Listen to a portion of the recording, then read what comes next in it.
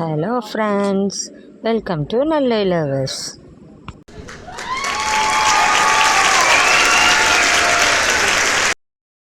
Friends, இந்த வீடியோவில் இப்போ நம்ம என்ன பார்க்க போகிறோம் அப்படின்னு சொன்னால், அதாவது சஷ்டி விரதம் இருக்கும் பொழுது, சஷ்டி விரதம் இல்லை, வேறு எந்த விரதம் இருக்கும் பொழுதும் நம்ம என்னென்ன விஷயங்களை கடைப்பிடிக்க வேண்டும், பின்பற்ற வேண்டும், எதை எதை தவிர்க்கணும் அப்படிங்கிறத தான் இந்த வீடியோவில் நம்ம என்ன செய்ய போகிறோம், பார்க்க போகிறோம்.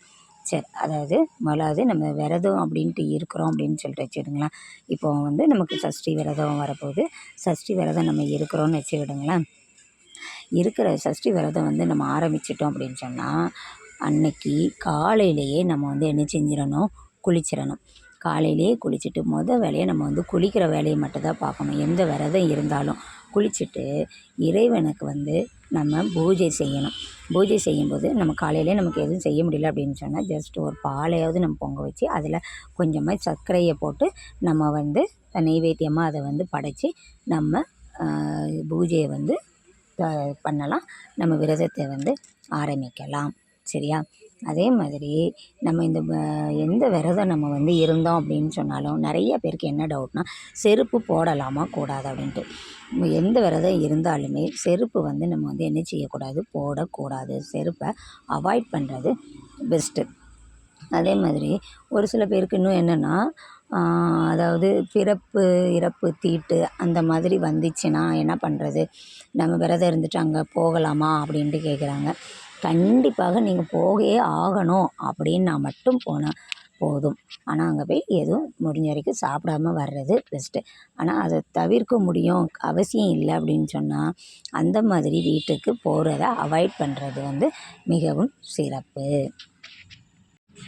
அதே மாதிரி இப்போ பெண்களை நமக்கு மாதவிடாய் வந்துட்டுன்னு வச்சுடுங்களேன். அந்த டைமில் அதாவது ஒரு சில பேருக்கு இர்ரெகுலர் பீரியட்ஸாக இருக்கும். அதாவது எப்போ வேணாலும் வரும், 2 மாதத்துக்கு ஒருக்கா வரும், 50 நாள் கழித்து வரும்.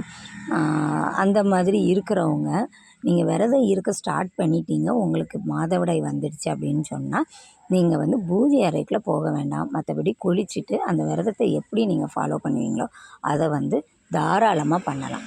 ஆனால் இந்த ரெகுலராக வர்றவங்க இந்த டேட்டுக்குள்ளே நமக்கு வர்ற மாதிரி இருந்துச்சுன்னு சொன்னால், அந்த விரதம் இருக்காமல் அதை அவாய்ட் பண்ணுறது பெஸ்ட்டு.